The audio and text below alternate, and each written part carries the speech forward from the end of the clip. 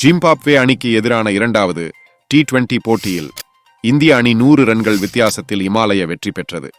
இந்த தொடரின் முதல் போட்டியில் இந்திய அணி தோல்வி அடைந்த நிலையில் அதற்கு பழி தீர்க்கும் வகையில் ஜிம்பாப்வே அணியை 100 ரன்கள் வித்தியாசத்தில் வீழ்த்தியது இந்தியா.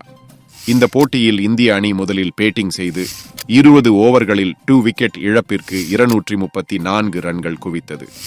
துவக்க வீரர் சுப்மன் கில் 2 ரன்களில் ஆட்டமிழந்த நிலையில் மற்றொரு துவக்க வீரர் அபிஷேக் சர்மா 47 பந்துகளில் 100 ரன்கள் குவித்தார். அடுத்து ருதுராஜ் கெய்க்வாட் 47 பந்துகளில் 77 ரன்களும், ரிங்கு சிங் 22 பந்துகளில் 48 ரன்களும் குவித்தனர். 234 ரன்கள் என்ற இமாலய ஸ்கோரை கண்டு தன்னம்பிக்கை இழந்த ஜிம்பாப்வே வீரர்கள் அடுத்து சேசிங் செய்தபோது மிகவும் நிதானமாக ஆடியதுடன் விக்கெட்களை வரிசையாக இழந்த வண்ணம் இருந்தனர். அந்த அணியில் அதிகபட்சமாக வெஸ்லி 43 ரன்களும், லூக் 33 ரன்களும், பிரையன் பென்னட் 26 ரன்களும் எடுத்திருந்தனர். இதில் பென்னட் மட்டுமே அதிரடியாக ஆடியிருந்தார்.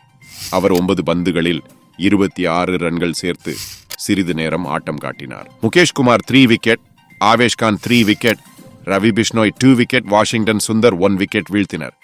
ஜிம்பாப்வே 18.4 ஓவர்களில் 134 ரன்களுக்கு ஆல் அவுட் ஆனது. இந்தியா 100 ரன்கள் வித்தியாசத்தில் இமாலய வெற்றி பதிவு செய்தது. இதையடுத்து 2 போட்டிகளின் முடிவில் 1-1 இந்தியா மற்றும் ஜிம்பாப்வே அணிகள் சமநிலையில் உள்ளன.